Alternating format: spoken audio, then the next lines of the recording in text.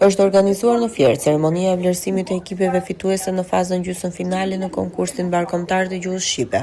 Në këtë fazë të konkurimit mbërritën 4 shkolla fituese: Andon Xoxa në Fier, Ismail Qemali në Vlorë, Naim Frashëri në Gjirokastër dhe Mihal Nako në Divjak. Vendet e treta.